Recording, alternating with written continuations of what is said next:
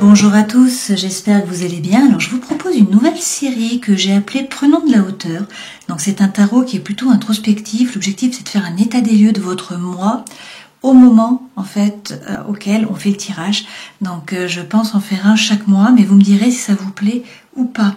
Donc pour ce faire, on va utiliser toujours les arcanes majeures du tarot de Marseille. On prendra une seule lame pour avoir la tonalité, que ça soit à l'endroit ou à l'envers, pour avoir vraiment la tonalité du moment. Et puis ensuite, on utilisera le Light Seers Tarot. Tout simplement parce que ce sont des cartes qui sont assez petites là. Et vu que je vais faire un tirage en croix celtique, avec la croix celtique, il y a 10 cartes. Donc en fait, c'est pour ça que je vais utiliser ce tarot-ci, que j'aime beaucoup de toute façon. Alors, sur ces 10 cartes, on va avoir une première carte qui représente le mois. Ensuite, une seconde carte qui est la problématique, qui est un peu le challenge. Une troisième carte d'où l'on vient, une quatrième carte où l'on va, l'objectif pour la cinquième carte qui est conscient, pour la sixième carte c'est l'objectif inconscient, le moi actuel en fait où vous en êtes maintenant, votre entourage, vos peurs, vos craintes mais également vos souhaits, et puis la dernière carte, la dixième, qui représentera l'avenir potentiel, le résultat potentiel. Voilà, alors on commence. Passons aux Sagittaires. Alors les Sagittaires en énergie, là vous avez la papesse. Avec la papesse, il est question vraiment d'écouter votre intuition.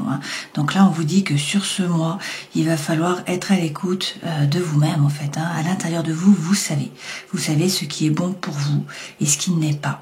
Donc en fait, il faut vous écouter l'intuition, écouter aussi les messages qui viennent de l'univers. Vous êtes peut-être lié au monde du subtil, donc il y a peut-être des messages qui viennent là aussi. On vous dit donc de regarder les signes, d'être à l'écoute.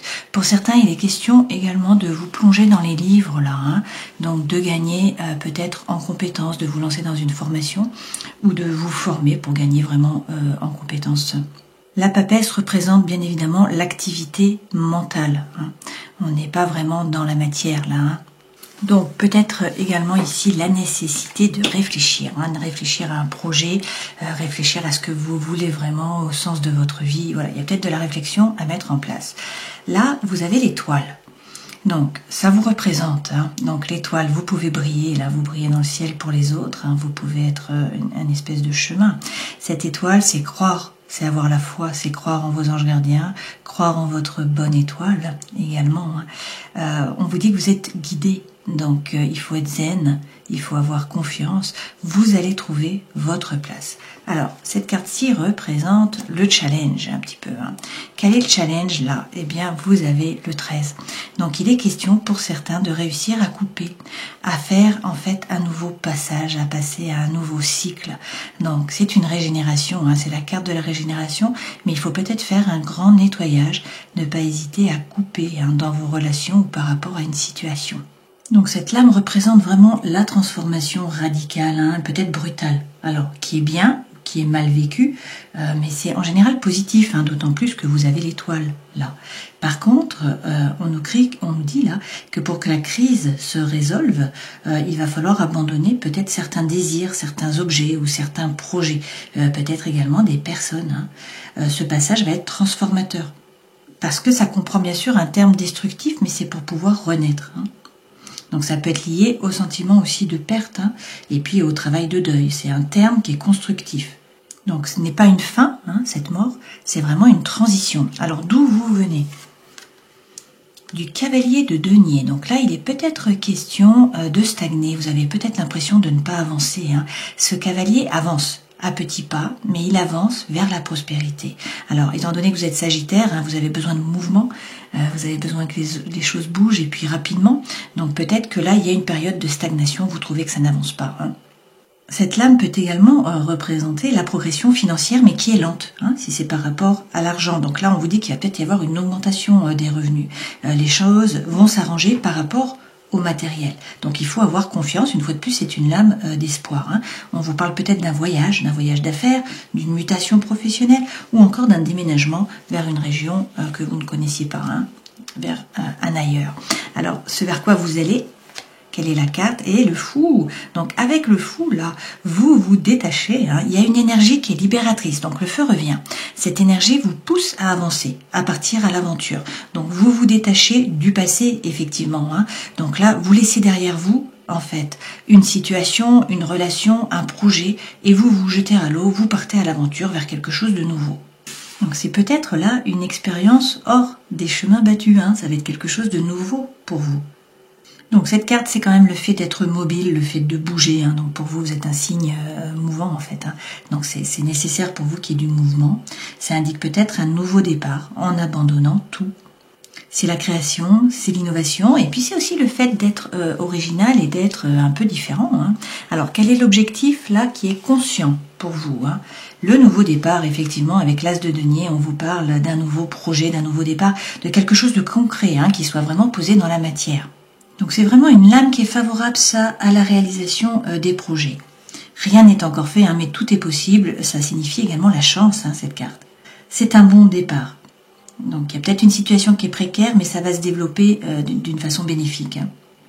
Donc ça représente aussi un esprit qui est créatif, et puis c'est un signe de bonne santé, en général. Ce qui est inconscient, par contre, là on a 2 cartes. Donc vous avez le 4 d'épée, et vous avez également le page d'épée. Donc là on est vraiment sur les épées. Avec ce 4 d'épée, il faut peut-être bien prendre un peu plus de temps, peut-être ralentir, réussir à vous aligner, à faire preuve de méditation, à prendre du temps pour vous. Ça peut représenter une phase de stabilisation, la sécurité de l'emploi. Peut-être que donc inconsciemment, vous recherchez quand même de la sécurité.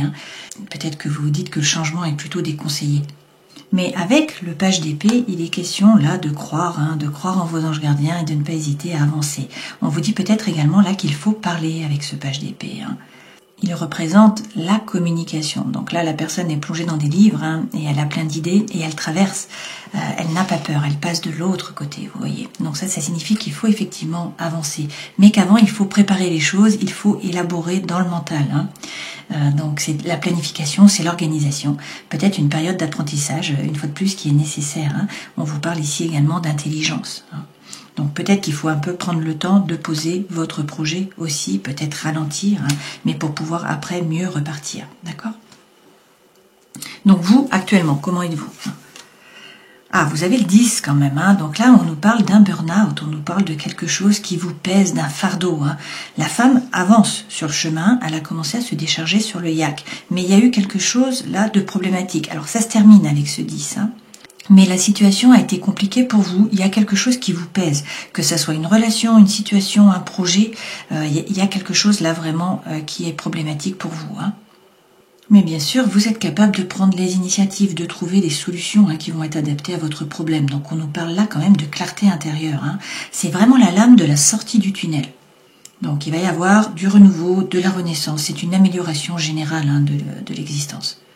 C'est aussi l'esprit pratique et puis c'est le sens des responsabilités. Alors votre entourage, qu'en est-il? Vous avez le 10 de denier, encore un 10. Cette fois-ci, on est dans le matériel. Alors il y a peut-être un changement là capital dans une situation matérielle. Il y a peut-être une nouvelle période de vie économique par rapport à votre entourage, un virage sur le plan financier. Si ça se passait bien dans le passé, ça se passera bien toujours. Ça va être peut-être un petit peu plus rigoureux, mais ça se passera bien. Si le passé a été difficile, eh bien c'est la fin des problèmes. C'est le commencement d'une époque d'aisance financière. Donc dans tous les cas, c'est un tournant qui est décisif. C'est la fin d'une étape, a priori. Donc votre entourage là est plus vers la prospérité en fait. Et puis a priori, vous êtes plutôt bien entouré. Alors quel est votre objectif, mais à la fois vos peurs? Le cavalier de bâton. Donc là, il est question de persévérer, mais surtout de retrouver le feu intérieur, l'envie, la fougue, l'énergie. Alors, étant donné que ça peut être également une peur, est-ce que vous avez peur d'avoir trop de feu, d'aller trop vite, qu'il y ait peut-être aussi trop d'émotions? Dans tous les cas, là, il faudrait faire preuve de persévérance, il faut continuer. Il faut exploiter finalement la situation qui est en place, le moment présent. C'est la continuité, c'est le maintien.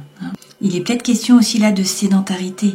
Donc peut-être que pour certains d'entre vous, ça vous bloque un peu. Le Sagittaire aime les voyages, il aime l'étranger. Donc est-ce que là, c'est à la fois votre objectif, hein, de retrouver le feu, de persévérer, mais en même temps, ça vous fait peut-être peur de rester au même endroit. Hein.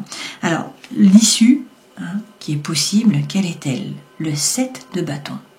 Donc là, on vous parle de réussite et de réalisation. Hein. C'est surtout un sentiment d'équilibre intérieur. Vous voyez, cette personne réussit à faire une bulle de bien-être autour d'elle et à se recentrer.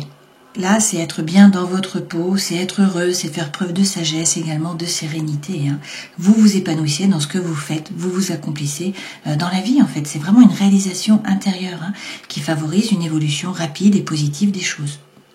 Donc c'est l'une des cartes les plus bénéfiques, hein, de toutes les mineures. On peut nous parler aussi là de guérison par rapport à la santé. Hein. Donc une très bonne santé, si vous aviez une maladie, c'est possible là, en fait, de guérir. Voilà. Donc c'est l'issue qui est probable, hein, si vous continuez et si vous mettez en place en fait ce qu'on a vu là. Voilà, j'espère que ce tarot introspectif là avec le tirage de la croix celte aura pu vous éclairer. Prenez soin de vous et puis à une prochaine fois. Ciao.